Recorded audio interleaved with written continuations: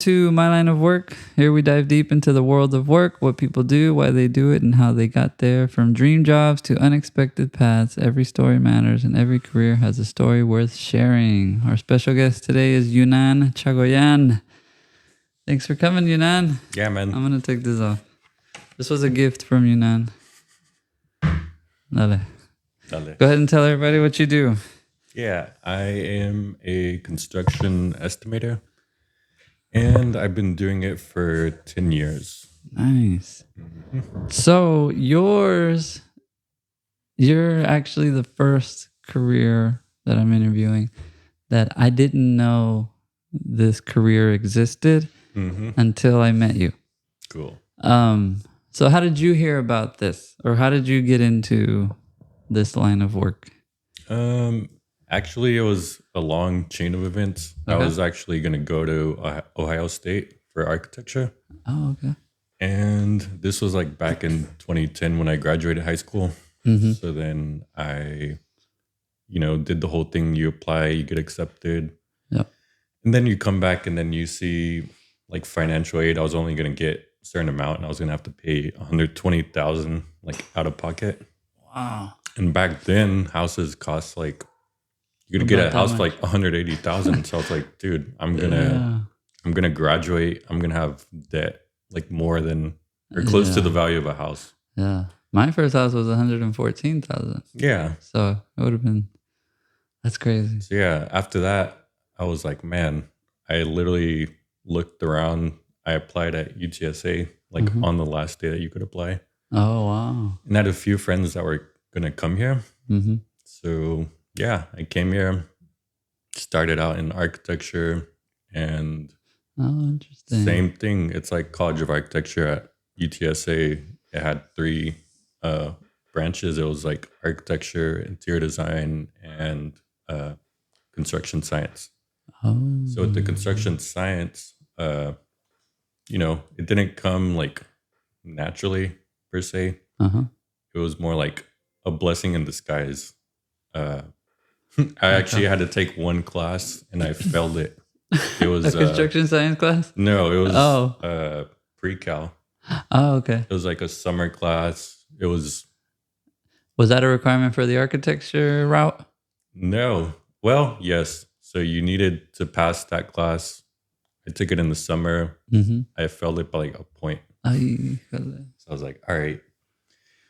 I even asked the professor the whole thing where you're like calling him. Yeah. And it's like, I do extra credit. Yeah, it's summer where they're just like, yeah. As soon as the final is over, I'm going to dip. So sure enough, I tried calling him and it was going to voicemail. And I was like, man. Then the other thing was looking at the unemployment rate back then. Like architecture unemployment rate was 12%. Oh, that's high. That was, 2014. So right after foundation year, I was 2011. So yeah, it was an easy jump to construction. I called the counselor at UTSA, like the chair. Yeah. And she's just like, yeah, like I recommend construction. We have room. Okay. And the rest is history. And did you know what you could do with this degree when you made that jump? Or you were just like... I knew generally, like, even as a little kid, like whenever we would go to the beach, me and my brother would always be digging holes. Yeah. One time we actually went to Ixtapa in Mexico, a beach on the Pacific, and we dug a hole. And, they'll have those ladies selling like joyerias, little jewelry or whatever. She fell in the hole. And she almost broke her ankle, dude. And she was like cussing at us. It was pretty funny. Okay. So did you know that there were estimators out there? Like when did you hear about the career or the job like estimator? Yeah. Because that's what I had never heard of. Yeah. So once you're in school, there's a few paths you can take in construction science. So you can either take, working in the field. You can work in the office / field, like project manager. Field worker is more superintendent, like field engineer, and then estimator. Okay. Very cool, man. Awesome. What did you want to be when you grew up? When you were growing up? Yeah, I mean, if you were to ask my parents, I would always say like a community helper. A community helper? In pre-K, we had like some, I don't know, like a song, and it's pretty much like a fireman or a ambulance worker or a police worker. It's like, oh, it's a community helper. Yeah, that's what you wanted to do? No, honestly, whenever I grew up, like more towards applying to school, I was going for architecture. So I always knew it was either between architecture or civil engineer. Okay. Very cool. Awesome, man. So you have a 4-year degree in construction science. Yeah, it's construction science and management. So it's like CSM. So you study some of the business aspects of like running a business. Okay. And then I remember Veronica does something. You remember Veronica? Yeah, she was doing project management. Oh, okay. Like, but it's similar, right? It's in that. Yeah. Okay. Yeah, hers was commercial. Right now I'm doing multifamily. So there's different branches you can take within construction, like different industries. Yeah. Okay. Cool. Well then, okay. So let's talk about the day to day. Yeah. So what does an estimator actually do? Well, actually, whenever I started, like fresh out of college, I started at a smaller commercial firm, and that guy had been around for like 40 years, 45 years. It was a company called MJ Boyle, and I accepted that job even though they had like other offerings. I knew because it was a smaller firm, like I was gonna get more exposure. Oh, okay. So yeah, I started working for him for 3.5 years. I started off as an assistant estimator, and yeah, like commercial versus what I do now is way different for estimating. Okay. And that first company, it was commercial? Okay. Yeah, it was commercial. We would focus on like public projects, city projects, and then do a lot of historical preservation. Oh, wow. Yeah, so it was cool. Yeah. And so you're estimating the cost of the project? Yeah, The materials? pretty much the whole budget, like building everything from the ground up.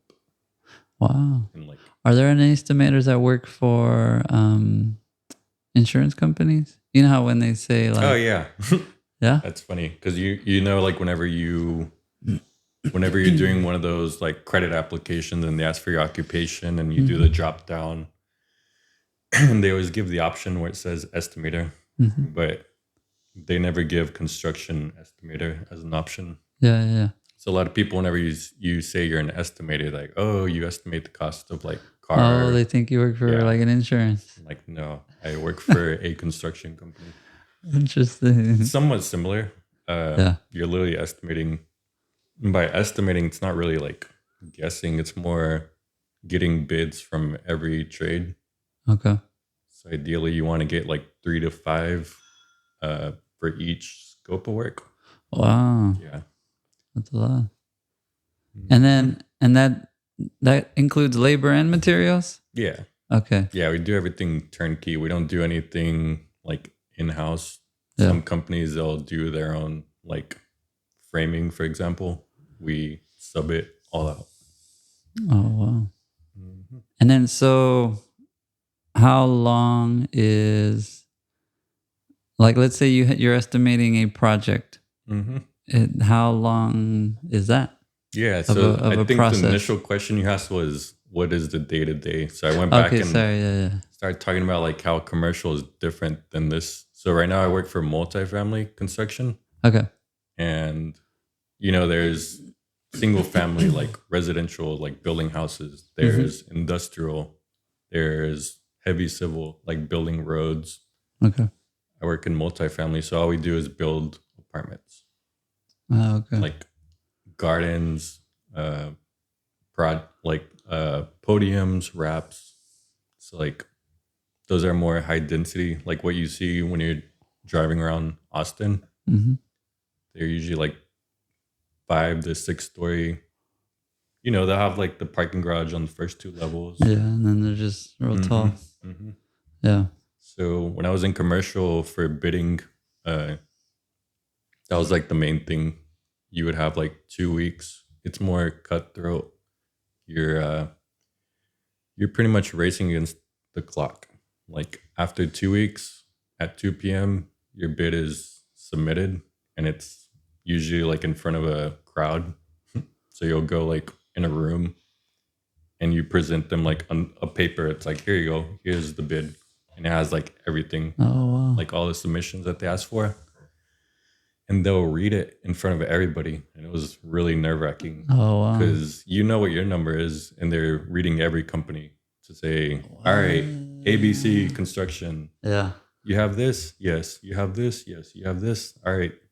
Line 3, your bid is, it'd be like million. So it'd be like Yeah. 5.2 million. Yeah. And if you knew your number was lower, usually they pick the low guys if it's a public project. Okay. So yeah, that was nerve wracking. So it's like a hard stop on bid day. There wasn't any extra time. Wow. Versus what I do now, I work for a development company. So they're like the owner, the constructor, the developer, and the property manager. Okay. So usually we get 4 weeks if we're working on a like preliminary stage to do a budget, or usually 8 weeks like for a GMAX, which is like the guaranteed maximum price. So we're literally Okay. creating the budget for the entirety of the project. Wow. Dang, 8 weeks. Yeah, and those projects usually last anywhere from 22 to 36 months. And in completing it. Okay. Yep. And so you're in your office just calling, getting bids? Is that what you're doing? Or are you researching? Yeah, it's a or- lot of coordination. So like every bid we get our own scopes. Like everybody's assigned scopes. So right now I'm doing like all the MEPs, like mechanical, electrical, plumbing, framing, concrete, pretty much all like the high ticket items. Yeah. Whereas whenever you start, you're doing like the more tedious tasks of like flooring, overhead doors, like small stuff where you just get counts, versus now where you're doing more analytical stuff. And, you know, a lot of times, like especially this year, it's been tough with the market. So we're trying to get these like budgets to go because the banks aren't financing with the interest rates. Okay. So that plus the investors. Yeah. So we're like trying to think outside of the box to cut money. Yeah. And you mentioned if you're calling to get a bid and so like the commercial one, let's go to the commercial one, and you know that it's going to be presented, and the people choosing the companies may go with someone lower. Like, are you negotiating the price at this level? That's the other thing, man. So commercial versus us, like the reason I said it's more cutthroat is because you don't really have a lot of time to actually speak with people. Okay. Really, you have like hours. Like on bid day, you show up to work, and sometimes you'll show up like 5 a.m. and like by 2 p.m. you have to turn it in. Yeah. So it's calling these people, asking them like, you have all this scope included. You're going like line by line. But the reason I said also that's cutthroat is some people do something that is unethical. It's called bid rigging, where you'll tell somebody, oh, this is the number. Say it's $2 million. And you get that number from contractor A. You call contractor B. Hey, try to be at 1.8. Oh, yeah. So it's like, the budget that you're trying to get to, but then instead of making it even for everybody, you're giving somebody the advantage. Yeah. So right now what we do, we don't actually compete against the time. Instead, we develop the budget early on. Like it starts at conceptual phase, design development, GMAX. That's the guaranteed maximum price. So from early on, like ideally we want to start high on the budget and bring it down. Okay. And contractors, like the good ones, we don't go out to everybody. That's the only difference between us and commercial. And commercial, like there's a lot of public projects where you have to go out to everybody, and they have certain requirements. Like it can be a woman-owned business, or it could be a minority business, or like a HUD, like a historically underutilized business. And those they literally publish in the newspaper. I'm not even sure if people read the newspaper now, but they'll publish them like public forums for construction. They'll have a list of all these contractors to be like, oh, this city project's gonna get bid on this date. This is the bid date. They'll show up. Like it'll be a company you haven't even heard of. Yeah. Versus us, where we only pick the companies we worked with in the past, or if they have a good reputation like in the industry. So instead of shooting it out to anywhere from like 500 to 1,000 bidders, like most of our projects, we only send it out to like 350. Oh wow. Okay. So yeah, it can get pretty intense with all that, like getting all the pricing. And do you prefer the commercial or the residential? Yeah, man. I was actually going to tell you about that. So, and in my first job, the company, like the owner was starting to retire and pretty much went out of business. So I ended up getting laid off from that business. I'd worked there for like 3.5 years. And the funny thing is I'd already accepted like a fishing trip like before from an electrician, and like a few people in the company were going to go. Yeah. So I was just like, dang, should I even go still? I called my boss, or my former boss then. I was like, I don't feel good. Like, I don't work there anymore. Like, I know it's going to cost a lot of money. It was like a bay fishing tour, like at Port Aransas. Okay, And like each person was going to be like 200, 300 plus hotel, plus food. And like they pay for everything. Oh, okay. So I felt bad. I was like, man, I don't even want to go. He's like, no, just go. Like, they don't know that you don't work here anymore. And actually, in hindsight, it's also weird. It was like one of those hotel rooms where it's like 2 beds. So I was sharing the bed with like a coworker, which is weird nowadays to think about. But he was pretty cool. And then he was a project manager, and he was like stressing, like, I should probably be looking for another job. Like, like the way it's going. And I was like, dude, like you should, because it's not going to get better. Yeah. Like we knew the company was going under. Yeah. And he's like, well, for estimating, like what I suggest is work for a multifamily. He said, because you don't compete with anybody but yourself. So after that, I was like, And the crazy thing is, I had an internship with the company. And you know, like LinkedIn, it'll show you like a mutual connection. Yeah. The guy that was my boss during the estimating section, because in the internship I did 1 month of estimating, 1.5 of like project management, like working in the field. So he did the estimating portion for a month. Nice. So then I contacted him through LinkedIn, and that's how I got this job. Awesome. It happened, I think it was like 4.5 years later. Well, and you were in college when you did that? Yeah. So that was junior year. So it was like full circle moment. Like I didn't even know if he was going to remember me. I was only there for a month. Yeah. Did he remember you? Yeah. Nice. He's like, yeah, man, I remember you. Like, I'm going to put in the good word. And sure enough, I went to his interview. He had like my current, or like his current boss. So like the VP there too. And it was good, man. Man, that's awesome. Very cool. So so you prefer what you're doing now? Yeah. Yeah. It's, I mean, you don't waste a lot of time. The other thing that they tell us is in commercial, you only win 30% of the jobs that you bid. Wow. So a lot of them would be like just keeping client morale high, where say it's like a SeaWorld job. It's like, we know we're not going to win, but we got to participate because like we want to keep that relationship going. Versus here, like every project that we bid, we're the developer. So Yeah. A lot of times they've already purchased the land, uh, so we need to build it.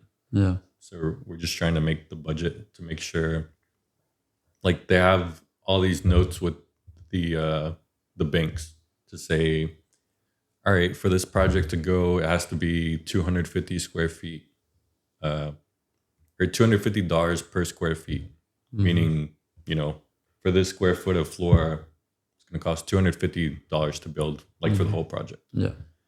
So, like early on in the conceptual phase, if we start seeing like the land, all these requirements, like it starts piling on, and it's like what you're trying to build is going to cost $270 a square feet. So early on, we'll kill projects where the developers are like shooting us ideas. Hey, we have 13.5 acres in Nashville. Here's the soils report. Here's the kind of project we want to build. Yeah. Here's how many units there is, how many floors. We start coming up with like a conceptual estimate. And Yeah. it could be like a paper sketch. Mm-hmm. And yeah, whatever we come up with is literally going to decide whether or not the project gets built. Yeah. So it's more conceptual. It's more like thinking outside of the box versus commercial, where you only have 2 weeks. Everything's done. There's a lot of back and forth with like RFIs. If there's anything not answered, a lot of it is guessing with the subs to be like, hey, this is missing. Yeah. Phone calls, dude. Like, hey, this door is missing. How much is it? Oh, plug in this much. Like, it's very like phone call back and forth. Yeah. Here it's more chill. Oh, that's good. Mm-hmm. Wow. And so so someone comes to you and says, I have, like you mentioned, I have land and I have this idea, Mm-hmm. and they have a total budget in mind. Yeah. But then they tell you, is it feasible? Yeah. And then you tell them, yes, we can get it down to this price, or no, we can't. Mm-hmm. Okay. It's pretty much what we do here at this specific company. Like we have that's our cool. development department. Yeah. So like each individual developer has different requirements. Mm-hmm. Some are more like finish focused, where they care more about like what the tenant is gonna have as like a living experience. Oh, that's cool. Others are just like, dude, just build it Just cheap. do it. Like I want this deal to get done Yeah. because they're our partners and they get like a cut of the pie. Yeah. They just want the numbers to make sense. Mm-hmm. Okay. Yep. And I don't know if you would know this, but do you know what's your smallest project versus what your biggest project has been? Yeah, man. So I've actually been working here. It's gonna be 7 years already in August that I've been working here. Yeah. But yeah, they range anywhere from like 60 million to the most expensive one I think that we've built is like 160. That's crazy. Yeah, they build high-end apartments. Like we don't do any Section 8 housing, and it's just the way the owner. Like we've also been in business for 50 years, so they just have like the look that they want. And a lot of times he'll sign off on the look. Like whenever they're having their investor meetings, they'll present like a color board. You know, what is the unit going to look like? What's the club going to look like? What's the pool going to look like? Yeah. It would just be like a board, and they're literally approving everything. What's the scheme? Is it going to be white? Is it going to be matte black? Yeah. Like all that stuff. And all that affects pricing on your end? Yeah. Oh. So we'll get a guidebook early on, like in the conceptual phase, like starting from, Div 1 through Div 16. Div 1 is like general requirements. It goes into Div 2, which is all the site work. 3 is like concrete. 4 is the type of stone there is. 5 metals. 6 woods. 7 the roof. Like every component of the building. You have a guidebook of what they want, how they want it to look. Yeah. Mm-hmm. Wow. And has there ever been like are Are you having the conversation of like you can't do this because of price? Oh yeah, Yeah. yeah. My former boss used to always say that we were dream crushers because the developer is always like, a lot of them majored in architecture and they're thinking of what it's going to look like to walk around the building. Yeah. They have all these glorious thoughts like, oh, I want it to look like this, I want it to look like that. And then we're like, you can't have that. You can't afford it. Yeah, it's too much. Mm-hmm. That's funny. Has there ever been a time where you came like you're like good news, like it's a lot cheaper than you expected? Yeah. Yeah? Yeah, for Oh, sure. that happens too? Yeah, we'll get Do some they kudos. ever then like reimagine and upgrade, or they're just like, cool, let's do it? Oh, it's a game we got to play because sometimes if we tell them the price is too low, they'll start adding stuff back in. Like, oh, now that cool. it's too low, like I have this wish list, these other things I wanted, but I didn't know if I could afford. Oh, nice. But realistically, man, the last few years is not like that. Like it's the opposite. Oh, really? All the projects are over budget. So it's like you got to find. Oh, so you started pre-COVID. Yeah. So post-COVID, how? Okay, so pre-COVID, COVID, post-COVID, what was that like? Crazy. Yeah. I don't know if I ever told you, but I actually got laid off from this job too. Oh no, I didn't know that. I knew about the other ones, but yeah, this one, it was not even like anything related to the company in terms of like the first guy, he was going into retirement. We grew too quick. We couldn't compete with the guys that used to be small like we used to be. This was more like of a political thing. So we'll just say some people didn't get along with other people and then like they swept everybody underneath. What? So that's why I got laid off. Yeah. And then how long was that? I got laid off for like 2 months and I ended up working again at the same job because my boss at the time told the guy who was like sweeping everybody and he was doing a lot of nepotism hires, like hiring his buddies. So ended up being like, he went to him and he's like, you just demoted me. He's like, why? Because you just fired Yunnan. Like now I have to do his job. So he called me. I was already interviewing with like 4 or 5 companies at the time. Yeah. He called me like on a Tuesday and I had like interviews on Wednesday and Thursday. Yeah. And he calls me and he's like, hey man, I'm trying to get your job back. I'm just trying to give you a heads up. I'm like, all right. Just wanted to give you a heads up. Yeah. I got interviews. He's like, all right, I'll see what I can do. And I just left like one of the interviews on the Wednesday and he had called and he's like, hey, the HR girl is going to shoot you an email with an offer. Nice. I was like, cool. So then on Thursday I had interviews and I... Did you go? Sent the email like, hey, I got another job. Found it. Nice. I bet that felt good. Yeah, man. It did. It was exactly 2 months. Wow. Like the day I got laid off to the day I got rehired, it was 2 months. Interesting. Wow. So what lesson did you learn from that? Well, that was the other thing to tell these youngins, like construction industry is volatile, man. Oh yeah. Like, especially if you work in the field. Yeah. Like expect to get laid off or at least prepare for it. Meaning don't rely on your company. Yeah. Like don't rely on them for your sole source of income.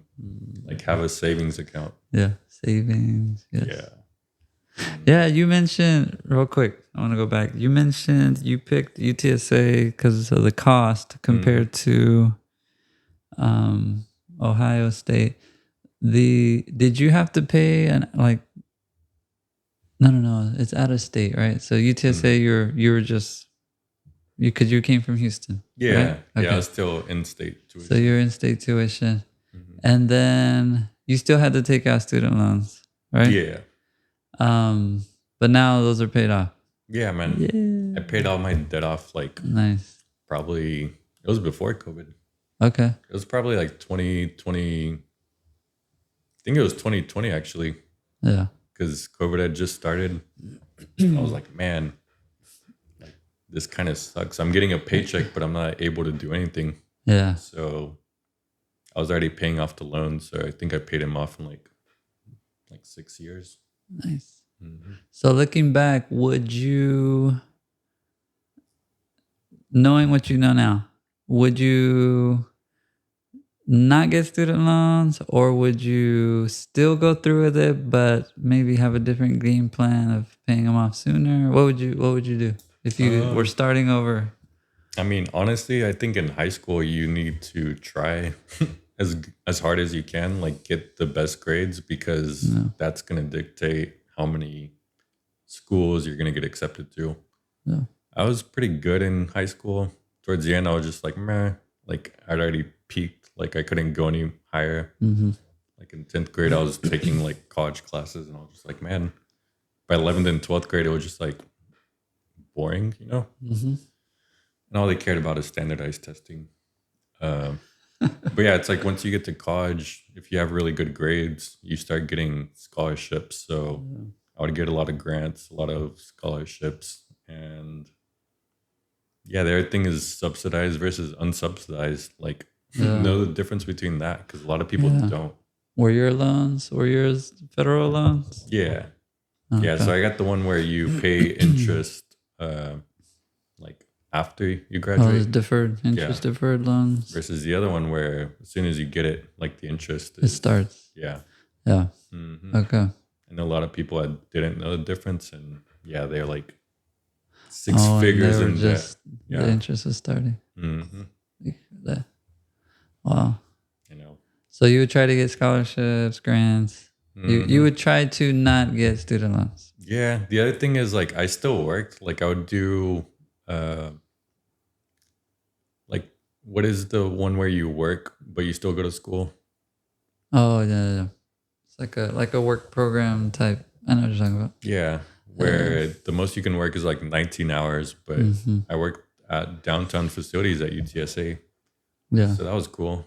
The boss was cool. You could literally study like while you're working. So it's like a gig where you just put in work orders. You'd get all the funny ones where it's like the toilet's clogged, send somebody second floor, Frio State building. So you just call the You plumber. worked in that department? Yeah, dude. Really? Call the plumber and be like, yo, like go to the second floor. Something terrible is gonna be in there. They called about it. Just be prepared. Oh yeah, I have a funny story. When I was a teacher, I was teaching kinder, and this is bilingual, right? So we're in line, and we just got back from recess, right? So there's two class. It's my class and then another class, and then that teacher was a lady, right? So we're going in, and then one of my students comes out, and he goes, "Profe, hay popó en el baño chiquito," and I'm like, "What?" And I'm like, "Okay, bájale," right? And he's like, "No," because there was a handicap stall, and then there was a little stall, and then the urinals. So I'm thinking like the little stall. He's like, no se baja. And I'm like, okay, well, like, leave it, right? Like, déjalo, y ahorita le hablo again. He's like, no, profe. He's like, no, you got to come see, right? And I'm like, okay. I was like, so I told her to watch my class. I go inside, and one of the kids had pooped in the urinal. And I was like, oh, el baño chiquito. I don't even know how to say urinal in Spanish. And he didn't either. So he was calling it el baño chiquito. Oh man, I felt bad. So I had to call the janitor, and I'm like, I'm so sorry. Like, I know you're gonna have to clean that, but one of the kids. Okay. Anyways, back to. I was to say that sounds like an upgraded school, man. Because in my elementary we had those like horse trough looking things. Where it's just a hole. It's like a little, or like the little hockey puck looking thing, the little sanitizer. Everybody would just like push it around. That's it. Oh, okay. I did a work program thing in college, but I worked for a professor, and then she would have me do. I was like her assistant or whatever. That was pretty cool. So it was like a student aid or whatever. Yeah, it was like a student aid thing. Yeah, it was cool. Do you remember the subject? No. I remember the classes in Spanish. Miss Cuero was her last name. At UTSA? At UTSA. I don't remember the subject because it was once I got up higher in the my major was bilingual education. Mm-hmm. So once I got higher in, um, I was her assistant. I don't remember the subject, but it was something with bilingual education. Mm-hmm. Yeah, that was pretty cool. She was from Philadelphia. No, no, no, no. That was my other teacher, Dr. Smith. He was African American from Philadelphia. After high school, he went. I think he went and studied in Monterrey or I don't know where. Man, this guy was like, he spoke better Spanish than me. He was really, really fluent in Spanish. It was really cool. Cause then Mm-hmm. he would like, when he spoke English, it was like, yeah, like just imagine a guy from Philadelphia, all right? Mm-hmm. And then he spoke Spanish, and you're like, man, it's like one of my cousins talking. It was really cool.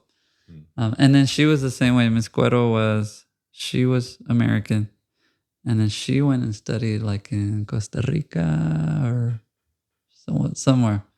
Same thing. Spoke really well. Mm-hmm. That was pretty cool. Yeah. So hopefully my kids will, you know. What about for you? Because you had asked a question about the like, would you still get loans versus? I mean, you would still get paid for doing that So job. so I had so when I started my degree was my major was electrical engineering when I started because my oldest brother was an engineer and I was just gonna copy him. Mm-hmm. Um, but when I was a freshman at UTSA, I just cared about soccer.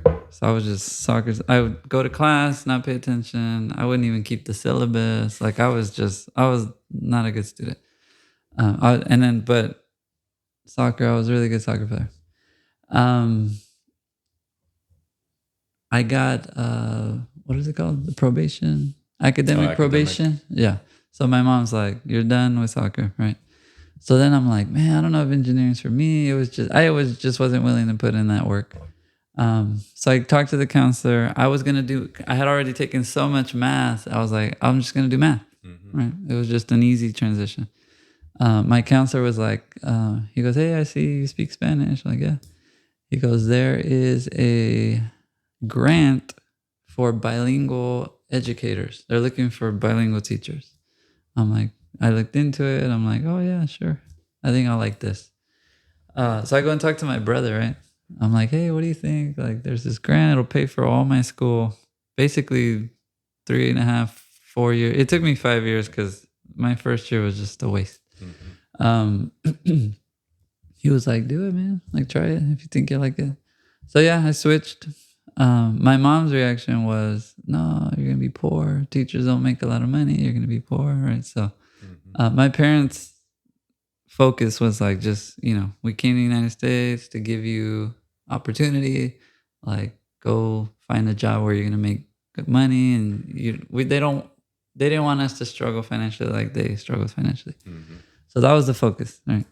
Um, so I ended up picking a career that I didn't necessarily want to do, but it completely paid for my school. Mm-hmm. So when I graduated, got married, my wife and I lived on a teacher income because once we started having kids, she stayed home with the kids. I was the teacher, but because we had no debt, literally the only debt we had was our house payment. Mm-hmm. So we had no credit cards, no car. All our cars were paid off. We would buy our cars cash. No student loans, no like nothing. Mm-hmm. So we were able to afford our first house. I was making like 40 something thousand a year, and our house was 114,000.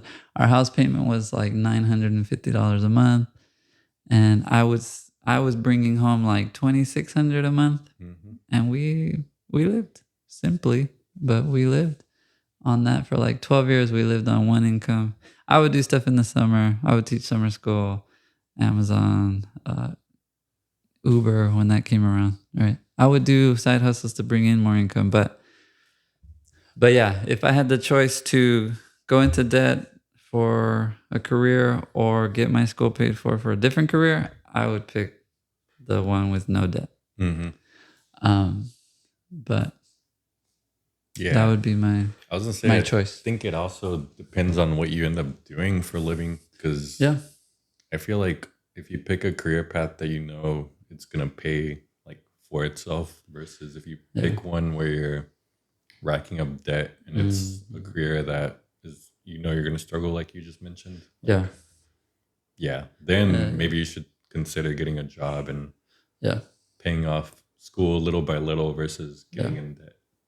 Yeah, for sure. That my first choice would be no debt. Hmm. My if I had to go into debt, like you said, it would be for a career where I know it. I'm I'm pretty much guaranteed a job, Hmm. right? Like there's a lot of need for that, and it pays well. Hmm. That would be that. I would imagine that would be the only reason I would go into debt, Yeah. right? So Hmm. I think that's the problem now with the generation now that there's some people I've heard, even friends of mine, they're like, no, college is a scam. And I'm like, it's a scam for the people getting degrees where there's really not a need for it or they don't get compensated well. And Hmm. they have all this debt, right? And so, And also the degrees that, like, some degrees you need a master's or a doctorate yeah. for you to get a huge pay increase. Like Hmm. what I do, getting a master's or a doctorate, like you're literally just gonna waste money, and that Yeah. you're not gonna get paid anymore. Is what I'm Hmm. trying to say. Yeah. Hmm. Yeah. With teaching, it's kind of the same. If you get a master's, most districts pay you like $1,000 a year more. Hmm. Where the money or in education is if vice principal, principal, or you start getting into like leadership roles and leave the classroom. That's where masters and doctorates will give you a return on your investment. But if you're a teacher and it's the same thing, like you said. If you're a teacher, a bachelor's is all you need. Hmm. Hmm. Yep. And so cool, man. Um, so are you able? Do any estimators that work remotely? Um, that I know personally, no. Okay. That I know of, yes. Ah, okay. There's lots of companies that will outsource it to like India. But Really? then the problem that they run into is the time change. So it's like, Yeah. you know, this guy from India is only going to work from like 8 p.m. to 2 a.m. If you have any questions, send him an email before. Wow. Like at our company, nah, we don't. Yeah. We don't do that. We coordinate too much like face to face. You could work from home, but there's lots of instances where you're just like sitting at your computer and then somebody walks up and like, hey, are you carrying this? Like it's very collaborative. Hmm. You could do that if everybody was on the phone, but like having face to face calls where everybody's in the room and you can read the room, like Yeah. it's a little easier to do it. Even during COVID, uh, like in our company, probably like every department didn't go to the office for like 6 months to 12. Our department, we Hmm. stayed at home for like a month. We're Yeah. like the only ones that were working at the office. Oh, wow. Hmm. Okay. Yep. And then, other than the prices, what other effects did COVID have on your industry? Yeah. I mean, pricing was the big one. I know you Yeah. said other than, but it affected like material cost, obviously, Yeah. shipping costs, Hmm. uh, logistics, like getting things on site. There was lots of times where that they would shut down the wood, like the wood yards where they're mowing all the wood. Yeah. They would shut them down for months. So then prices of wood would go up. Windows, same thing. Some of the projects, the windows would show up smashed, and you would have to order them again. There's some projects where they would show up again, they would still be smashed, and it's like huge Wow. delays, like time. Yeah. That's why whenever you're driving around, you would see a lot of projects that they weren't even dried out. Like the roof wasn't even on them yet. It's just framing with Tyvek, and Tyvek would be all ripped, so they'd have to replace it. So Yeah. a lot of times with COVID, it affected that. It also affected pricing, like same as grocery stores, for example, Hmm. where a lot of companies like price gouged, and since then, it's like the cost of construction has gone up. Like you can't find. I'll just give an example of milk or something. Like it used to cost $3 before COVID. Now it costs 4.55. It's not ever gonna drop Yeah, it's because just same it's. in construction. Mm-hmm.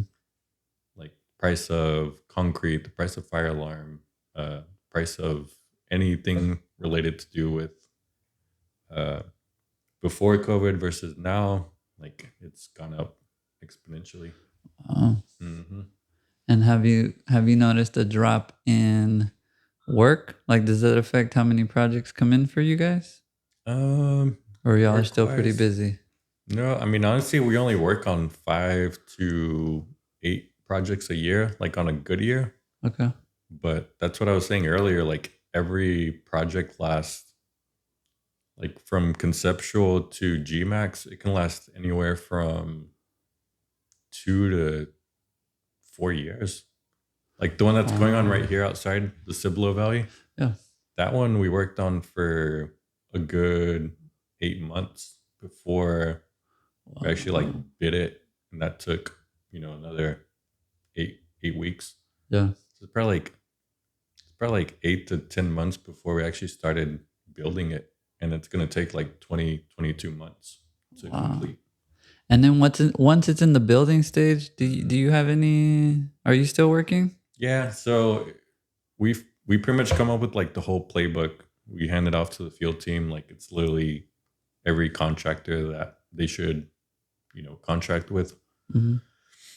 in every division, and then they'll they'll review it, then they'll start writing contracts for the companies. It's a phase called buyout. So Okay. they're literally buying everything, every line item. Okay.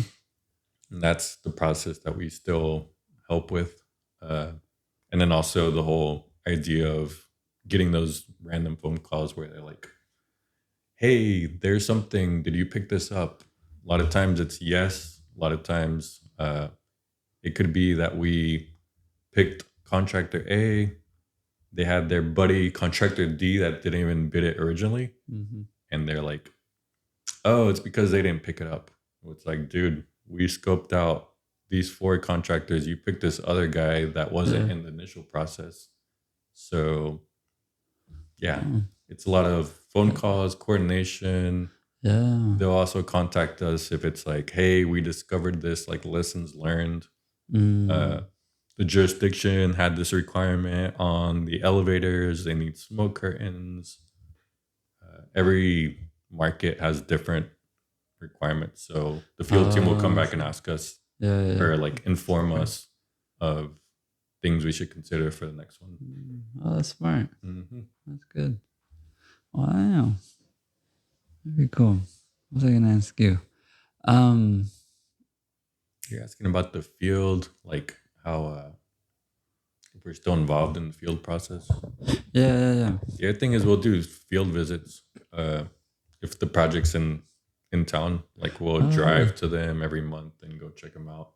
Oh, nice. So right now we have one going up in Austin, the one right here, right outside of where you live, the Cibolo one. Yeah. We have some in Bernie, and I think that's it. Like within our vicinity, but then we have one in Fort Worth, like 4 or 5 of them in Denver, 2 of them in Phoenix, Wow. like 3 or 4 in Charlotte. Do you visit the out of state ones?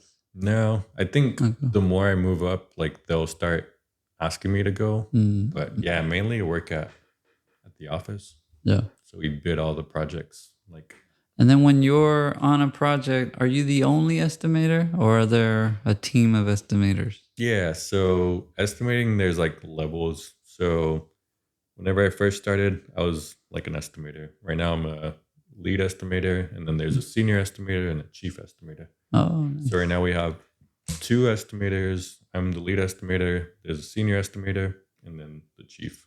Oh, But the okay. chief is like both the senior and my boss. Oh, okay. So we report to him, and then there's a VP of pre-construction. So within pre-construction, there's pre-construction managers and estimating. Wow. So And all of these guys have construction science degrees Um, or yeah. So some of the pre-con managers, they have architectural degrees. They okay. got masters, and a lot of them actually worked out like as project managers at construction sites. Mm, And then one of the other ones we hired, like she has a civil engineering degree.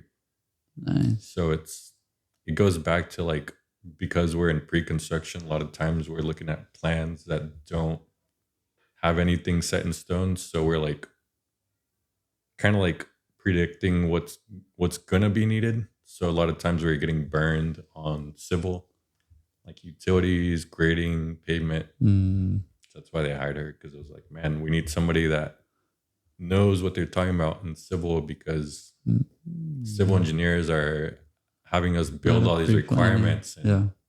that's why we hired her. So it's Nice. good to have broad education background. Yeah. Hmm. And then moving up is just experience with the company as far Yeah. as do you do any continuing education? Well, honestly, like not not what most people would say, like architecture, for example, where Mm-hmm. you need credits for you to maintain your license. You Mm-hmm. need continuing education credits. Yeah. Like for us, we could go to a lunch and learn, and supposedly like they'll have the sign up where it's like, oh, sign up here, we'll give you the credits, but Mm-hmm. we don't need it for us. Like we're not, It's not required. yeah, we don't have a license, but as it is, like every project, we're always learning something Yeah. because it's different cities, different Yeah. states. Uh, it's like difference between Austin and San Antonio. Austin has more stringent requirements, and Yeah. whenever you build up there, you got to add. We always call it like the Austin factor, where we got to add the what ifs and the Yeah. oh, the fire marshal is going to show up, the inspector is going to Mm, show up. We know they're going to require this versus other cities that are a little more lenient. yeah. Hmm.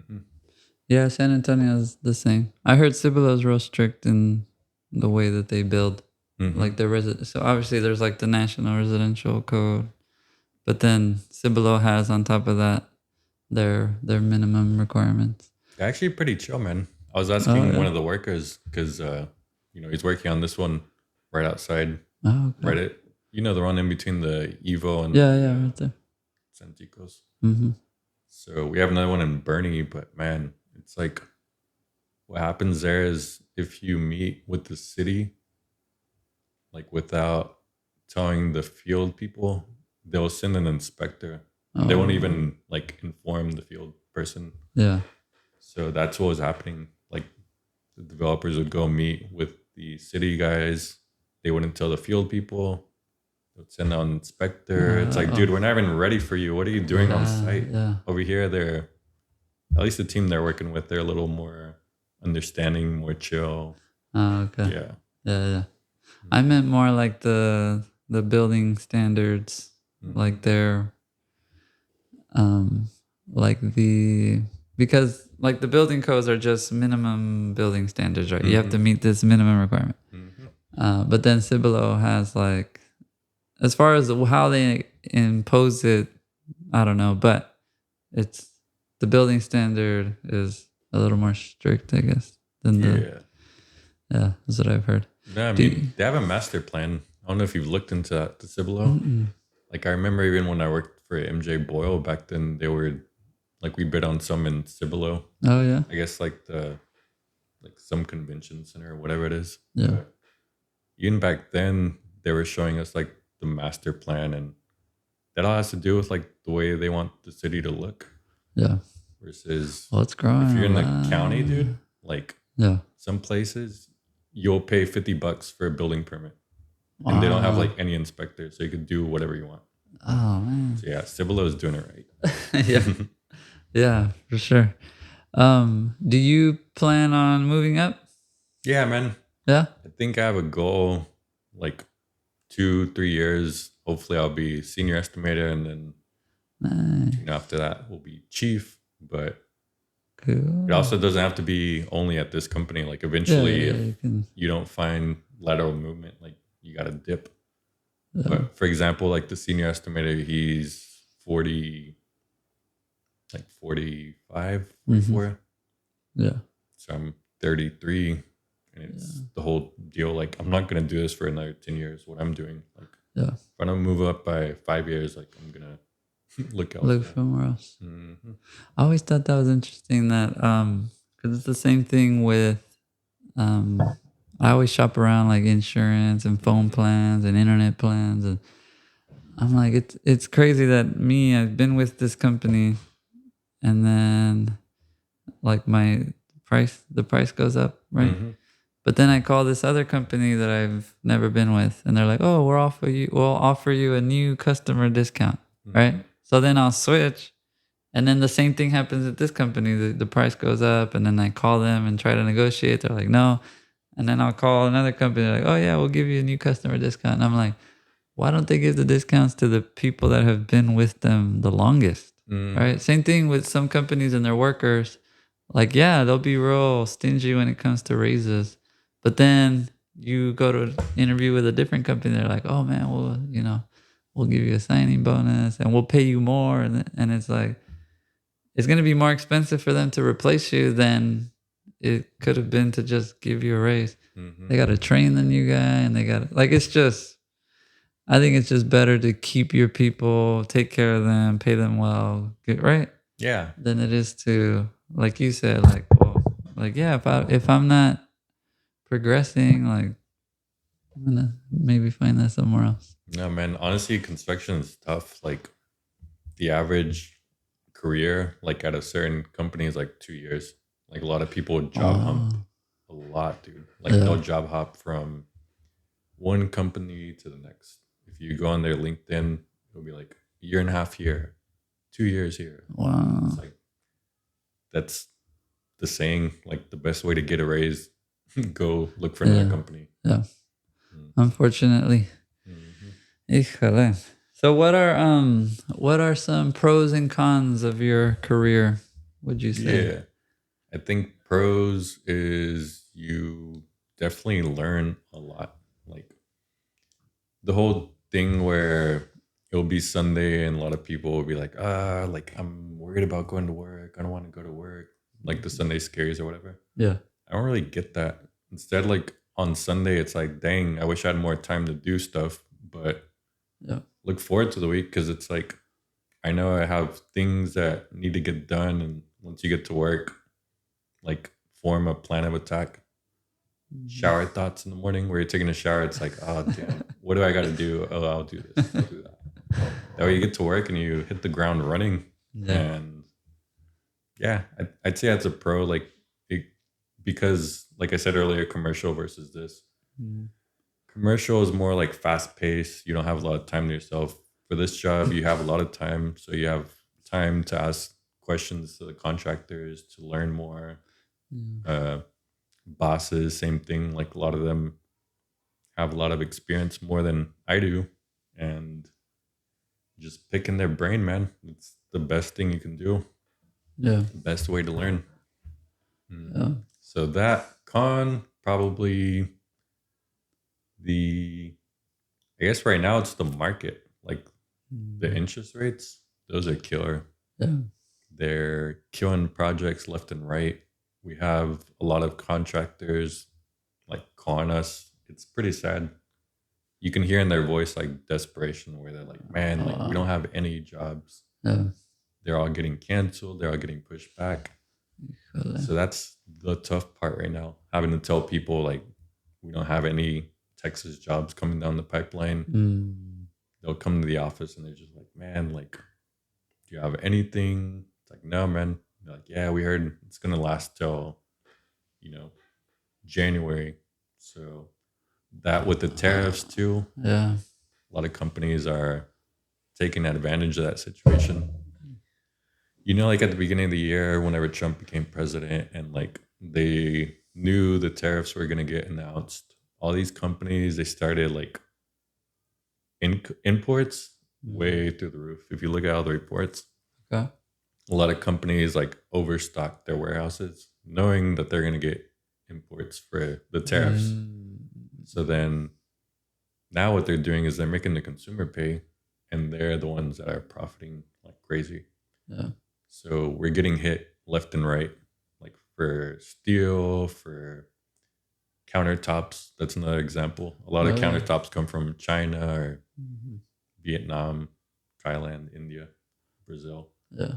So it's like having to maneuver the whole deal where developer wants countertop A. Countertop A comes from China.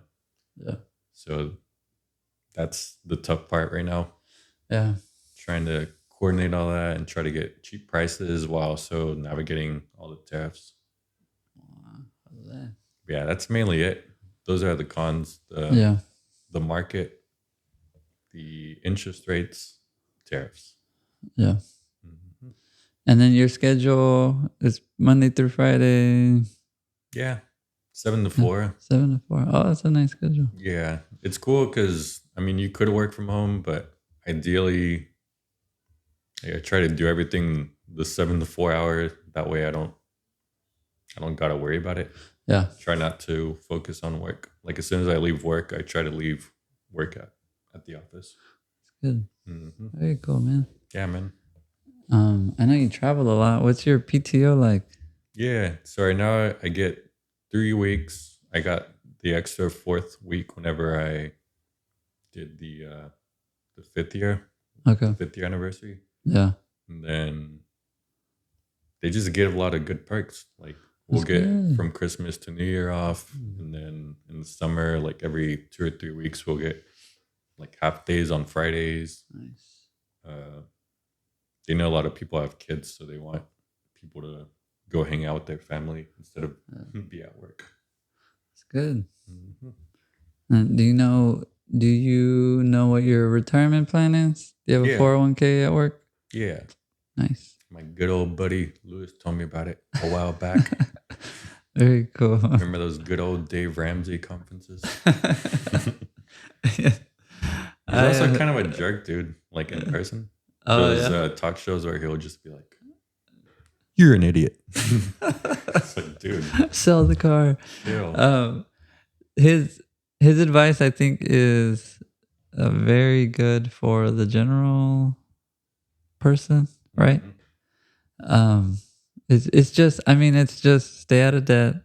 Live below your means. Make sure you're investing, thinking about the future, right? Like it's very um simplistic Mhm. advice, right? Because there are people that are in a lot of debt and they don't live below their means and they don't think about the future and they don't have savings, like you Mhm. mentioned earlier, right?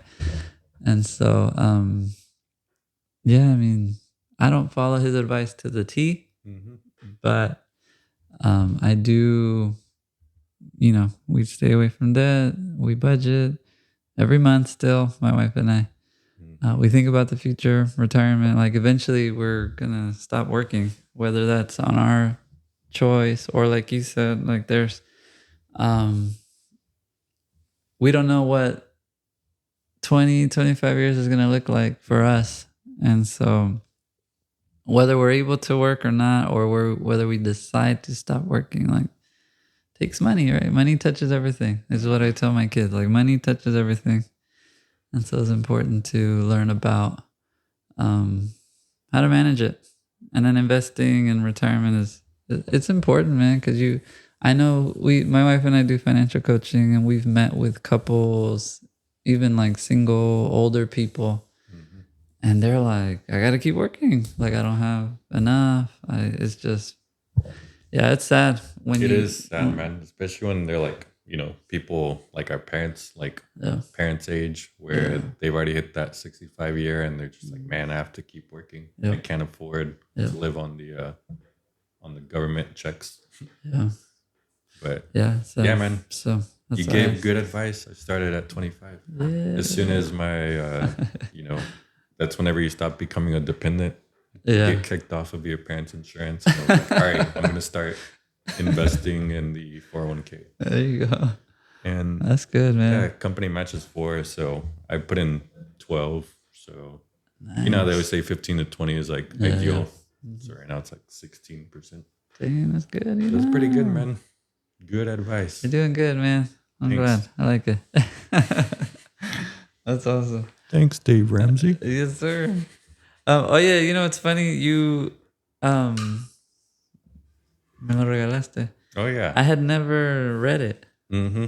because I knew it. I don't know estimator, but I didn't know Department of Construction Science. I didn't know that Yeah. was a thing. Yeah, they gave that to us on graduation. But the Really? thing is, I don't even think this is like to code. Maybe Oh it no. is. But they always told us like, all right, you have to change some of the requirements. I guess every so often they go out Oh go out really? of date or whatever it is. Oh okay. But yeah, dude, Yeah, cool hat. they're like car seats. Yeah. They come out with new features. Yeah, we get them free anyway. Like every company has hard Oh yeah. hats. But, I went to an inspection once. It was a pre-drywall inspection, hmm and they required me to go to the office and get a hard hat. I was like, this is dumb. I didn't even wear it. No one checked on me. Yeah. I don't know if I'm allowed to say that. hmm But yeah, I was like, this is dumb. Like, you know. Yeah, it's just the requirements really dumb. Just the Yeah. fact that you're on a site. It Yeah. doesn't even have to be that you have something overhead. Like if you step anywhere where there could be something overhead, you need the hat. Oh, it's to protect themselves, not to protect me. They're like, if you get hurt, we're gonna get in trouble. So you gotta put this on. I was used to joke with my mom whenever we'd go hiking, like up a volcano with my cousin in Mexico. Yeah. It's like we wear a helmet. It's like, don't worry, Ma, I'll try to wear a bright color. That way you can find my head. Same thing. That's probably why they painted it orange. Yeah. Well, that's cool. I like it, man. Yeah, man. I went to UTSA. I'm trying to get my kids to go there Mm-hmm. because that was another way we saved money. Is I lived at home, went to school, worked while I went to school, and just Yeah. yeah, man. I'm not as bad as Dave Ramsey when it comes to the whole staying out of debt. Like he won't borrow money for anything, right? But I'm still like, yeah, like don't like consumer debt, student loans, like credit cards, like don't. And then now you can do everything. You can do what is that company? It starts with a K, Klarna or something. Have you seen that? Yeah. If you go to Amazon, even if it's like $20, you're like, oh, pay over four easy payments of $5. I'm like, why would like it's $20? Like you I can do it know. on a Costco. Somebody posted on Instagram about how they can buy a Costco hot dog on payments. I was like, this is ridiculous. Just another way to get everybody, Yeah. to make them slaves, dude. 'Cause Well, it's a product. Debt is a product. Like everyone has credit cards now. They figured it out. Best Buy, Apple, T-Mobile has a credit card. I was like, why would a phone company need a credit card? But it's just if they make more money off of debt.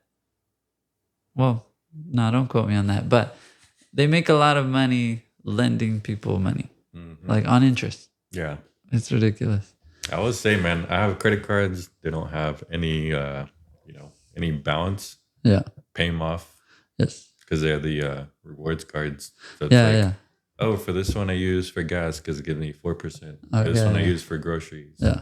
This one I use to go out to eat. Yeah. But that's the thing. You got to pay off Gotta each pay it balance. off. Yeah. I don't have any credit cards. My wife has a credit card. But yeah, it's like, we have a budget. She pays whatever on it, and then she has a really good system. She has her money, right? She puts it on the credit card, and then when she pays the credit card, she transfers the money to like an envelope, like the credit card payment envelope, and then she deposits that and pays the card. It's pretty cool. I'm like, oh, okay. I'm not that disciplined. If I had a credit card, I'd probably like be buying stuff I don't need. So that's another reason I don't have a credit card. Nice. But yeah, I don't want to go into debt. I don't want debt. Yeah, man. I don't have any debt right now. I paid That's off, good. the car a few years back, and Yeah. I know eventually I'm gonna buy a house. So eventually I'll have a mortgage. But Yeah. for now, nah. I was in debt for too long enough to where I'm just like, Yeah. now to make the credit card companies pay me that cash back. There you go. Get them a little. They Taste hit of me their with own the medicine. hammer. I'll hit them with like a little chisel. There you go. Oh yeah. Yeah. Well, the way that they're able to give you rewards is all the people paying interest. I know. Yeah. That's how it works. And even the They companies, still win. yeah, they still get those little credit card fees. Like how some businesses will be like, oh, if you are paying with Visa, we'll charge you an extra dollar because of the Okay. transaction fee. Transaction fees, yeah. Mhm. Yeah, that's I know. ridiculous. Mhm. What advice would you give to someone that wants to do what you do? Honestly, whenever they are wanting to do what I do, like same thing, try to get as much experience. It's the whole deal where whenever you go to college, you don't have any experience, right? Hmm. Then you do an internship, and then once you start with your entry level job, all of them are like requires 1 to 2 years. It's like, dude, Yeah. I don't even. How could I even do that? Yeah, like it's just graduated. So the whole thing is like field versus office. Like, do you want to work in the field? Do you want to work in the office? That's a Mm. huge one. Because, like we were Yeah. saying earlier, like there's different paths you can take. Field, you're going to get paid more, but then also you're going to work more. Mm. So the work life balance is going to be flipped. Okay. A lot of field guys, they work 6 days a week. A lot of them work 10 to 12-hour days. Wow. And yeah, it takes a toll, especially if you're trying to like start a relationship with somebody or start a Hmm. family. You're not going to have a lot of family time Mm. versus the office where you're like, all right, I get a little more work life balance. It's more Yeah. chill. Yeah. The other thing is the industry. Like earlier, we were mentioning all the different industries you can work in construction. Like, be conscious of that because not every industry is the same. Like commercial, same thing. You're gonna work long hours. A lot of them are city projects. They have to be done by a certain time. Hmm. Multifamily, if you're working in the field, same thing. But the other thing that you run the risk on the field is as soon as the project is built, like you could get laid off. Oh. It's like right now in Texas, that's a big deal. We're wrapping up the jobs in Texas. We don't have anything else coming down the pipeline. Like, Oh. Wow. what's going to happen to all these people? Yeah. So that's the other thing you got to consider. And then the other thing is the company, because each construction company is not the same. Like the ones that my friends were getting hired to, like coming out of college, like they're bigger firms, they're national firms, some even international firms. But the stories I've heard from them where it's cold work environment, like nobody cares about you, Mm. nobody's asking you how your weekend went. Like Yeah. you literally just show up to work. Uh, some of them you wouldn't even see like the boss, the CEO, like you don't see him ever. Mm. Some of your coworkers, you don't see them. Everything's like very cold. A lot of them do work virtual, like you were mentioning earlier. Yeah. So that versus having certain companies are more family oriented. They're more conscious of like, you're not living to work, you're working to live. So Yeah. that's the other thing where, like at my company right now, a lot of people have kids, so they'll be like, "Hey, like I got to take my kid to the band recital, like, or they got a concert, or they have swim practice." Everybody's pretty chill, man. Everybody's always like, "Hey, if you have something to do with your family, like just give a heads up, no worries." Mm. Versus other companies where they're like, "No, man, like you got to use your PTO, like you can't leave work." Yeah. Here, they'll ask you when you're gonna take vacation. Like if you haven't put in the hours, they'll literally say like, "Hey man, like you got to use your vacation, go take a trip, go do something." They want you to hang with your family, That's good. so that's cool. Yeah. The other thing is, uh, like we were mentioning earlier, like with the whole layoffs, like don't rely for work as your only source of income. That was a lesson. Like after I got laid off the first time, it's like a kick in the gut, and you're Yeah. just like, "Damn, like what am I gonna do?" Yeah. And if you're throwing savings, like 20% of your income, chunk it in savings, put it in like a high yield savings account, something that's accessible. And then also throwing some money into like investing. Like all these companies like Fortune 500. Like early in the year, you know how like it dipped, like probably like around March. I had a coworker that was asking about that because he knows like we're a little older and we've invested in some of those companies. Yeah. He's like, man, should I pull out the money? Like, I don't know Mm. what's happening. I'm like, no, dude, it's gonna bounce back. Yeah. And sure enough, it bounced back. Yeah. So those are the main things. Just try to test the waters, do research. I started working for a smaller company knowing I was going to get more experience Mm. versus working for a bigger company. They're going to get paid more, but then you're going to get worked like a slave. So really, it's just trying to understand the balance. Yeah. Mm-hmm. Interesting. And then the how do you find your internships?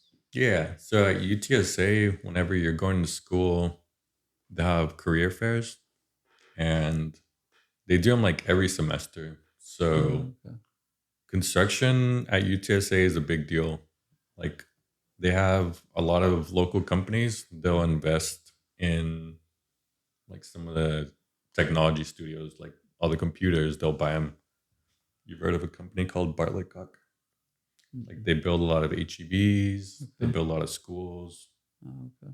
Uh, like those companies will invest back into the university because they know that they're going to get future workers. So, yeah. So they're investing in the colleges, and they even send uh, like people to go speak, like for say it's like a construction law class, and they'll send somebody from Bartlett Cock to go discuss like some lawsuit that they were in, Mm-hmm. and they'll even give us like paperwork where it's like, hey, this was a lawsuit, this was how we mitigated it. So they're really involved in UTSA. Oh, So nice. you go to these career fairs, it'll literally be a big room full of tables with other companies, Yeah. and you just walk in table to table asking, what positions they got available, whether they're in the field or the office. Yeah. So the one that I worked at, it was cool because it was a mix of both, and they had like a really well established internship program where Nice. like you worked 1 month in the field, or a month and a half in the field, a month in the office. So Nice. it's probably the best thing you can do. Yeah. Hmm. And then was it paid or free? Yeah, I was paid. Oh, So even nice. back then, it was like $15 an hour, dude. Oh, So it nice. was That's cool good. because you would hear other people like that were like in like business or something, Yeah. and they would be like, "Nah, man, I'm not even getting paid." Yeah. Or they would be like, "Yeah, I go to the internship, but they'll ask me to like change the light bulb." It's like, dude, What? that's lame. You're going Not even somewhere. related. Yeah, the whole Wow. joke about the boomers, where it's like, "How do I open this PDF?" It's like that's your internship. Did you know how to work the laptop? Yeah. My first year teaching, we got new laptops. Mm-hmm. And there was this teacher, she had been teaching for like 30 years. She had the laptop and it opened this way. Mm-hmm. So she had it like facing the other way. And she Mm-hmm. was like, and she struggled for like a minute and Mm-hmm. she's like, I can't open it. And then she threw it back in her bag and she's like, I'm like, I need help. So then I showed her how to open it. We get back to the classroom and she just put it in her closet. She didn't even use a laptop. I was like, Mm-hmm. ay, señora. That was funny. Dude, the thing that gets me is when you're in a meeting room and somebody will be like sharing their screen and they're typing. Hmm. I don't know about you, man, but I can type like without Oh, looking. without looking, yeah. These people will be like, and like you're looking at the screen what they're typing because they're not looking and they're typing everything wrong, dude. And I'll be like, oh, dang. And then they'll be like trying to correct it. And then they're still messing up. And it's just like, dude. Frustrated. Yeah, we started learning back in, I think it was like 7th grade typing class. Oh, nice. But Mine was sophomore, junior. I mm, was in high school and I took a typing class. mhm. Yeah. I got pretty good. Yeah. Yeah, I can type without looking. Now, if I type without looking, I'll make some mistakes, but I can fix Dude, I it. use a little program we use one called Micro Type. Maybe I don't remember. It's like you're It was typing, just and it's like a little robot, and it's like if you type it right, he's like making a basket. So oh, I if don't you remember. like misspell something, it like hits the rim, like it's like brick. No, I don't remember that specifically. Um, I don't know if it's me, but I was talking to my wife. I don't remember things that specifically. Like Mm-hmm. she'll ask me stuff about school, and I'm like, Mm-hmm. I don't know, I don't remember that. She's like, how do you not remember that? She asked me one time. She's like, hey, when y'all were younger, how would y'all go to church? And I'm like, I don't remember. Like I don't know. Like Mm. I don't know if it's I have a bad memory or I didn't pay attention to that. Like I literally don't remember. Wait, are you a middle child or a younger child? I'm the youngest of five. All right, I have a theory. A ver. If you're middle or younger, all the abuse and trauma caused by the older siblings, aka concussions, Yes. where it's like, dude, I don't remember anything. That's Yeah. probably it. That is probably it. Which okay, so sometimes my wife will like touch me, Mm-hmm. and I'm like, don't tickle me, and she's like, I'm not even tickling you. I'm like, well, I feel tickled. When I was growing up, I have two older brothers. Mm-hmm. My oldest brother sat on me, held my hands, and my older brother, who's a year older than me, tickled me, Mm-hmm. and it was bad. I started crying and I urinated myself. Mm. It was bad. They wouldn't let Mm-hmm. me go. Mm-hmm. Yeah. So I don't know if that created like my wife. If I feel tickled, it's just like I have this reaction like, don't tickle me. I hate being tickled. Same. So yeah. So I definitely have, but it also built a lot of character, Mm-hmm. right? Like my parents were like, yeah, you hardly cried. Like I busted my head open a lot of times, maybe Mm-hmm. like 3, 4 times. They're like, Mm-hmm. you never cried when that happened. I'm like, I don't know. So it toughened me up. So Bruh, I kind think of, you should go get a brain scan. Like you probably don't remember, and you probably didn't cry because you had a concussion. yeah, I'm just like, I'm Didn't like, have the concussion this is protocols. fine. Maybe. But yeah, I think it built character. I Mm-hmm. think it toughened me up. Yeah, for sure, dude. Growing Yeah. up with siblings definitely alters the way you are Yeah. because there's people that don't have siblings and Yeah. they're just like, why do you act like that? It's like, dude, it's just growing up with siblings, you Yeah. do certain things that maybe people that didn't have siblings like they Yeah. don't Yeah. understand. Yeah. You learn a lot from and then I had 2 brothers and 2 sisters. Hmm. So that was cool. I learned a lot. My Yeah. sisters, I learned a lot from my brothers. Hmm. Yeah. Oh yeah, do you does speaking Spanish help you at work at all? Yeah, man. I was gonna say that. So Yeah. for sure, that's a huge thing, especially in construction, Uh-huh. because a lot of times, like you'll get a phone call from the drywaller, and he'll just be like trying to speak English, like, Mm. oh no, I don't really understand how you got to this. And it's like, hablas español? And he's like, Uh-huh. sí. Yeah, And then like once you start speaking yeah. Spanish, Yeah, it's like just like ahora sí. yeah, and it just becomes like a different connection to Yeah. where they look forward to talking to you because it's like, Nice. oh, it's cool. Yeah, You yeah, know my yeah. language. I can speak with you easier versus Oh, struggling nice. with everybody else. Yeah. Hmm. Cool. Yeah, man. That's And then awesome. obviously working in the Love it. field, like all Yeah. the workers speak Spanish, so Yeah. it's cool having the little camaraderie with them, like talking and Yeah. them feeling like somebody like them is working in the office versus the Yeah. other way around, where like no one understands what I'm saying. Yeah. Mm-hmm. That's cool. I have noticed that. I didn't even think about that benefit. Mm-hmm. I've noticed that when I go to houses and there's, people painting or Mm-hmm. whatever, installing Yeah, things. dude, their whole attitude changes Yeah, yeah, yeah. because they're trying to speak English. A lot of time, it's frustrating for them, dude. Where Yeah. it's like I don't know Yeah. if they're gonna understand what I'm saying. Yeah. Or even the ones that do speaking or can get by, can Mm-hmm. communicate to you in Mm-hmm. English. Like you said, that connection of when I'm like, hey, buenos dias, ¿cómo Mm-hmm. estamos? And Mm-hmm. it's just like, hey, Yeah. like, and they know I'm the inspector and I'm like checking stuff. And then they'll even come and ask me, oye, si falta algo, necesito arreglar algo. Like Mm-hmm. they'll tell me like, instead of like, he's just trying to get me in trouble. Right. Mm-hmm. Yeah, it does shift the relationship, right? Mm-hmm. Because now they're willing to like hey, let me know if I need to, because Mhm. I wanna do it right, and I want to Mhm. get your little approval, la palomita. Mhm. Yeah, Yeah, for that's sure, dude. interesting. I like that. Very cool, man. Mhm. I have a couple questions for you. I don't Yeah. prepare my guests for these. Um, what was told to you growing up about work and career? Mhm. What was the message from your parents? I always think about that, dude. Even now, because like it was weird. Like I had older siblings, right? My oldest brother is 5 years older. My oldest sister is 3 years older. Hmm. But both of them went to UT. Okay. But at no time were my parents ever like, you need to leave the house. Like you're gonna turn 18, you Uh-huh. need to leave. Yeah. I don't know why, but it was just like an understanding. And almost it sounds bad, but it's the whole thing where if you stay at home, like you're gonna stay like in the same mindset, Hmm. meaning like high Okay. school. Yeah.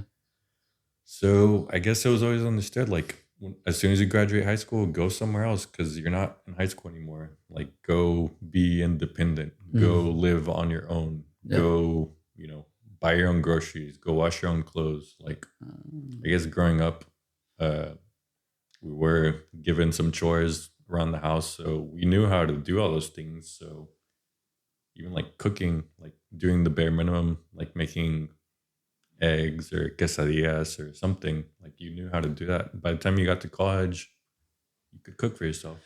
Oh, And yeah, I actually didn't learn how to drive till senior year. really? Yeah, it was actually the week before prom. My dad is like, he's like, That's funny. ¿Quieres manejar? He's like, yeah. You want to drive? Yeah. So it's like, all right, Yeah. a week before, I'm gonna wake you up at 5. Oh, And he woke me up at 5, drove the loop from where my parents live down south, all around like did you get on the Houston. highway? Yeah. Wow, your first time you got on the highway. Yeah. I went from like 1960, 59, Bellway 8, back 45. That's And yeah, I mean, even Houston bro. traffic, like Yeah. my dad would be like, hey, acércate, like get closer to the car. You're giving too Yeah. much room, like get Yeah. closer. Uh, but Wow. yeah, I didn't have a phone also till I was in college. Yeah. Like there would be people in high school with phones and Yeah. yeah, just like as soon as college hit, it was more about being independent. And That's cool. but yeah, they were never like, you got to get a good job, you got to get uh, get out of the house. Really, growing up, more it was get good grades and act good. So like, Okay. you know how like in elementary you would get the progress report for Report like card. conduct. Yeah. Mm-hmm. So yeah, man, it was just setting expectations high early. Interesting. That way, whenever you get older, it was already like a given. Yeah. Like the bare minimum is this kid's gonna do good in school and act good. That's cool. Yeah. Cause I think we grew up a little similar. Mm-hmm. But my parents were like, "You're gonna go to college." Mm-hmm. Like that was the like, school doesn't stop at high school. Like all of us is going to college. Mm-hmm. And I was the youngest of five, so obviously, right by the time it got to me, there were, you know, by the time I was in high school, my oldest was already an engineer. My sister, I think, graduated the year she graduated from college when I graduated from high school, I think, Mm-hmm. ish. So I'm like, yeah, I mean, I'm gonna go to college. So your parents were like, you have to go to college? None of that? No, but it was kind of the same thing. Like my brother Adrian, he started at UT in 2005. Yeah. So I was what, like 18, 13, whenever he was going to Austin. Oh, nice. So, those 2 years, whenever it was just Sarah, Sophia, like my oldest sister and my youngest sister. Yeah. And then she went to UT. Yeah. And then for 3 years, it was just me and Sophia. Yeah. And then, you know, Adrian went for psychology, Sarah went for chemistry. I was gonna go for architecture, but ended up construction science. Yeah. And then my little sister, same thing. She went to UT for biology. But yeah, it's weird. We even ask each other within siblings, like, Yeah. why did we even do all this? Like, my parents weren't ever pushing us, like, yo, you need to major in something that's gonna get you a good job. Yeah. Like, it was Let's just go. interest. I don't know, just the way they raised us, I guess. We'd Yeah. always go to museums as kids. We'd always want to learn. Yeah. Even like watching TV, we wouldn't watch too many cartoons. Like we would watch, of course, all the typical cartoons, but we'd get all those books like the DK, uh, like more educational books Yeah. about animals or tornadoes or something. But always like to learn versus doing bad stuff. But That's you know, good. So be respectful, be responsible. yeah, That was the learn, message. want to learn. Yeah. That's cool, man. I like that. Mhm. All right. Second question is, how would you define success? Success. Yeah. I would personally define it as maybe being happy with everything that you're doing. I know broadly, like that's general success, Yeah. but you could also be like defining that as how much money do you have, right? Yeah. But you could also not be rich, but also be happy. Mm-hmm. Uh, yeah, that's the really, I guess that's the really tough question because a lot of times people define uh, success as like your status in life, like Mm-hmm. what neighborhood do you live in, what car do you drive, Yeah. what does your partner look like, what do you look like physically, mentally. Yeah. But at the end of the day, man, if you're happy, I think that's success. I like it. Because you can have somebody that has, a lower paying job that's happy Yeah. versus somebody that has a higher paying job that's unhappy. Yeah. So, yeah. I like that definition. There's a Mhm. verse that says contentment with godliness is great gain. Yeah. So I like that. And then you touched on this earlier a little bit, but what does your career afford you? Hmm. What do you mean by that? Like as far as lifestyle? Hmm. Because, okay, so if someone, so like someone that wants to be rich and make a lot of money probably shouldn't be a teacher, Hmm. right? Someone that wants to work from home and, manage the home but also have an income shouldn't be a doctor, right? Hmm. Like Yeah. that. Like so what does your career, if I'm going into construction science and Hmm. being an estimator, what does that afford me in life? Yeah. I mean, honestly, I'll tell you what I do, which is like I try to go on at least 2 trips a year, like to go visit my family in Mexico. Yeah. Maybe like every 2 years, go on an international trip. Mm-hmm. But I can tell you that some of my coworkers, dude, like they'll go on extremely lavish trips. So it's like you can afford it, but should you do that long term wise? No. Can I say that they're maybe investing like the 15 to 20%? Probably Well, not not. even the financial side of it, but because you mentioned the work life balance, right? Hmm. You mentioned if you're an estimator, you like your schedule's 7 to 4, Hmm. right? Is that typical for an estimator? At my job, yes. So you get to pick your hours. So the Okay. earliest you could do is 7 to 4. The latest you could do is like 9 to 6. Okay. So you can pick So it's like pretty the flexible. increments. Yeah. Okay. Oh, that's Hmm. nice. That might be nice for like if you have kids and you're like, I want to drop my son off Yeah. at school, or I want to go have breakfast with my daughter. You're Yeah, like, oh, dude. I'll go in at 9 and then just Hmm. stay late.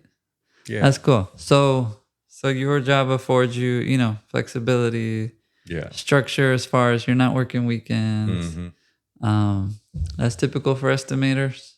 Not That generally. Like back to commercial, like commercial at my first job, dude, I only had 5 days of vacation. And that was after working for a year. Okay. So Yeah. I'd say some companies are a little more lenient with PTO Mm-hmm.